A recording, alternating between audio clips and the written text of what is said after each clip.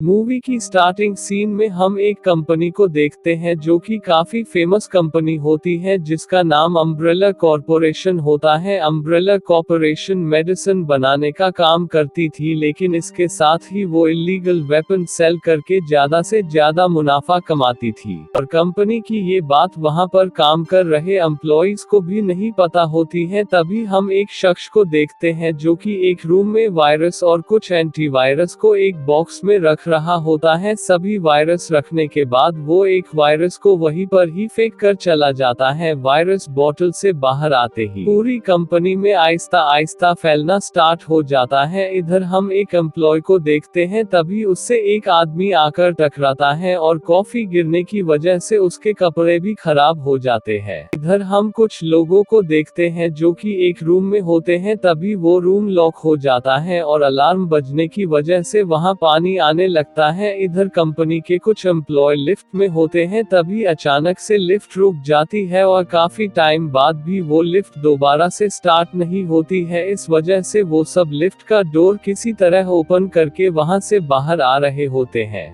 वो लिफ्ट वापस से स्टार्ट हो जाती है और लिफ्ट स्टार्ट होने से उन सब की डेथ हो जाती है। इधर हम एक लेडी को देखते हैं जिसका नाम एलिस होता है। एलिस को अपने बारे में कुछ भी याद नहीं होता है और न ही उसे ये मालूम होता है कि वो यहाँ पर कैसे आए। एलिस उस बड़े से घर को एक्सप्लोर कर रही होती है, तभी वहाँ ग्लास तोड़कर कुछ ऑफिसर आ जाते हैं और वो यहाँ इसीलिए आए होते हैं क्योंकि वहाँ पर एक आदमी मैट आ गया होता है। ऑफिसर मैट और एलिस को अपने साथ लेकर उस कंपनी यानी अम्ब्रेला कॉरपोरेशन की तरफ बढ़ने लगते हैं। वो सब ऑफिसर उसी घर के नीचे ट्रेन में आ जाते हैं क्योंकि उसी ट्रेन की हेल्प से वो सब उसी कंपनी में जाने वाले होते हैं। अभी उन्हें उस ट्रेन में एक और शख्स मिलता है जिसका नाम स्पेंस होता है। स्पेंस को भी एलिस की तरह कुछ भी याद नहीं होता है और न ही ये याद होता है कि वो यहाँ पर कैसे आया, और साथ ही ये सब उस कंपनी यानी अम्ब्रेला कॉरपोरेशन में आ गए होते हैं। तभी एलिस उन ऑफिसर के लीडर से उन सबको यहाँ लाने की वजह पूछती है। वो ऑफिसर उन्हें बताता है कि इस पूरी कंपनी को एक आर्टिफिशियल इंटेलिजेंस जिसका नाम रेड क्वीन है वो कंट्रोल करती है, लेकिन कुछ अरसा पहले उस रेड क्वीन ने कंपनी में वर्क कर रहे सभी को मार दिया है। इसके बाद ये सब ऑफिसर भी उस कंपनी के अंदर जाते हैं। वो सब ऑफिसर आगे बढ़ रहे होते हैं। वहां पर मौजूद उन सब ऑफिसर को वही आर्टिफिशियल इंटेलिजेंस यानी रेड क्वीन भी देख रही होती है। तभी उन्हें एक डोर नजर आता है, लेकिन वो डोर लॉक होता है। इस डोर को किसी और ने नहीं बल्कि रेड क्वीन ने लॉक किया होता है, लेकिन उन ऑफिसर में एक ऑफिसर हैकर होता है जो कि बड़ी आसानी के साथ उस डोर को ओपन कर देता है, और डोर ओपन होने के बाद ये सब उसके अंदर आने लगते हैं। लेकिन तभी अचानक से वो डोर लॉक हो जाता है, जिससे ये सब ऑफिसर उसी रूम में रह जाते हैं। वो ऑफिसर काफी कोशिशों के बावजूद भी उस डोर को अनलॉक नहीं कर पा रहा होता है। तभी उस रूम में एक लेजर वेपन आ जाता है जो कि एक एक करके उन सब ऑफिसर को मार देता है, और सब ऑफिसर को मारने के बाद वो डोर अनलॉक हो जाता है। लेकिन उस डोर के अंदर मौजूद कोई भी ऑफिसर अलाइव नहीं होता है। इस बात से उस ऑफिसर को रेड क्वीन पर काफी गुस्सा आता है और वो ये डिसाइड करता है कि वो रेड क्वीन को बंद कर देगा। अब ये सब के सब उस रूम में आ जाते हैं जहां पर वो रेड क्वीन मौजूद होती है। वो लोग उस रेड क्वीन को बंद करने ही वाले होते हैं, लेकिन इससे पहले ही रेड क्वीन वहां पर आ जाती है और वो उन सबको उसे बंद करने के लिए मना करने लगती है। तभी वो ऑफिसर उसे कहता है कि तुमने कंपनी के सब लोगों को क्यों मार दिया।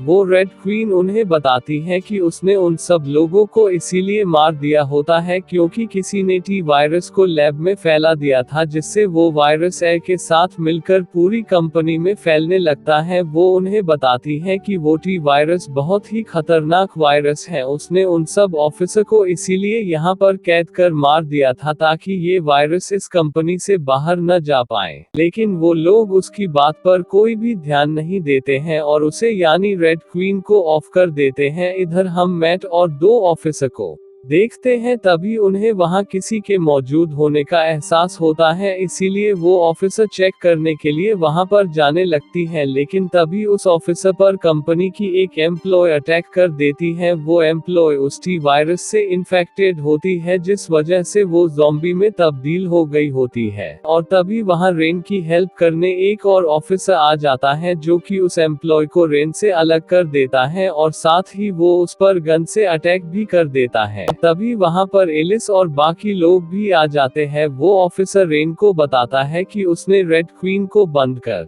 दिया है, और ऑफिसर रेन को ये सब बता ही रहा होता है कि तभी वहां पर बहुत सारे ज़ॉम्बी आ जाते हैं, जो कि उस कंपनी में काम कर रहे एम्प्लॉय होते हैं, लेकिन वायरस की वजह से वो सब ज़ॉम्बी में तब्दील हो गए होते हैं। वो ऑफिसर उन्हें रोकने के लिए वहां पर फायरिंग स्टार्ट कर देते हैं, लेकिन वो सब ज़ॉम्बी होते हैं, जिस वजह से उन बुलेट्स का उनके ऊपर कोई भी असर नहीं होता है, इसीलिए वो सब खुद को सेव करने के लिए वहां से भागने लगते हैं। लेकिन इस सब में उनका एक ऑफिसर ज़ॉम्बी की चपेट में आकर मारा जाता है। इधर हम एलिस को देखते हैं, जो कि उन सबसे अलग हो गई होती है, और तभी वहां पर एक डॉग आ जाता है, जो कि एलिस पर अटैक कर देता है, लेकिन एलिस खुद को उस डॉग से सेव कर एक रूम में आ जाती है, और तभी एक और ज़ॉम्बी आ जाता है, जो कि एलिस पर हमला करने लगता है, लेकिन एलिस उस पर ही अटैक कर देती है। एलिस इस बात से काफी शॉक होती है कि उसने इस ज़ॉम्बी से खुद को कैसे सेव किया। इधर हम मैट को देखते हैं, जो कि अपनी एक ज़ॉम्बी के पास होता है, और उस रूम में एलिस भी आ जाती है। मैट एलिस को बताता है कि ये मेरी बहन है, जो कि इसी कंपनी में काम करती थी, लेकिन वायरस की वजह से ये भी एक ज़ॉम्बी बन गई। और तभी हमें ये बात भी पता लगती है कि एलिस ही इसी कंपनी की सिक्योरिटी ऑफिसर है।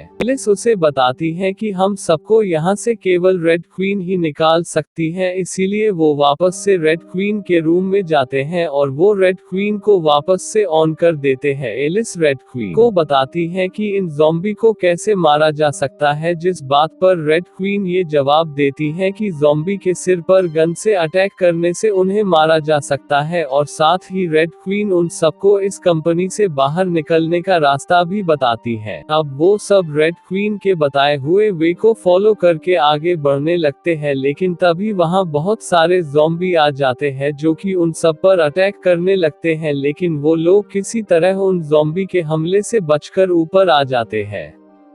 लेकिन उनके साथ जो ऑफिसर होता है, वो ऑफिसर ऊपर नहीं आ पाता है, इसीलिए वो ऑफिसर बाकी लोगों को वहां जाने का कहता है, और न चाहते हुए भी उन लोगों को उसे अकेला छोड़कर वहां से जाना पड़ता है। इसके बाद ये सब एक रूम में आ जाते हैं। एलिस को ये रियलाइज होता है कि उस वायरस का एंटीवायरस भी है, लेकिन वो एंटीवायरस वहां पर मौजूद नहीं होता है, क्योंकि मूवी की स्टार्ट में ही एक शख्स उस वायरस और एंटीवायरस को लेकर चला गया था, और यहाँ हमें ये पता लगता है कि उस वायरस और एंटीवायरस को स्टील यानी चुराने वाला कोई और नहीं बल्कि स्पेन्स होता है। स्पेन्स ही वो शख्स था जिसने उस वायरस को वहीं पर फेंक दिया होता है। स्पेन्स उन सब लोगों के सामने गन पॉइंट कर देता है, लेकिन तभी उसके पीछे एक ज़ॉम्बी गर्ल आकर उसे बाइट कर लेती है, जिस वजह से स्पेन्स भी इन्फेक्टेड हो जाता है। लेकिन वो उन्हें बताता है कि उसके पास इस वायरस का एंटीवायरस है, जिसे लगाकर वो खुद को ठीक कर सकता है। स्पेन्स उन सबको वही लॉक कर ट्रेन की तरफ बढ़ता है। स्पेन्स उस एंटीवायरस को अपनी बॉडी में इंजेक्ट करने ही वाला होता है, लेकिन तभी वहां एक म्यूटेंट क्रिएचर आ जाता है, जो कि रेड क्वीन के ऑफ होने से बाहर आ गया होता है। वो क्रिएचर स्पेन्स को वहीं पर मार देता है, और तभी वहां वो हैकिंग ऑफिसर आ जाता है, जो कि उस डोर को अनलॉक कर देता है। इसके बाद ये सब के सब उस ट्रेन से आगे बढ़ने लगते हैं, लेकिन तभी रेन उन लोगों पर अटैक कर देती है, क्योंकि वो पूरी तरह से ज़ॉम्बी बन गई होती है। लेकिन मैट रेन को गन से शूट कर मार देता है, और साथ ही वो क्रिएचर भी मारा जाता है। लेकिन तभी वहां कुछ लोग आ जाते हैं, जो कि उन दोनों को पकड़ लेते हैं। इसके बाद जब एलिस एक हॉस्पिटल में जागती है, और जब वो बाहर आती है, तो उसे ये पता लगता है कि टी वायरस अब पूरे सिटी में फैल गया है। और इसी के साथ ये मूवी यहीं पर एंड हो जाती है। Thank you so much for watching.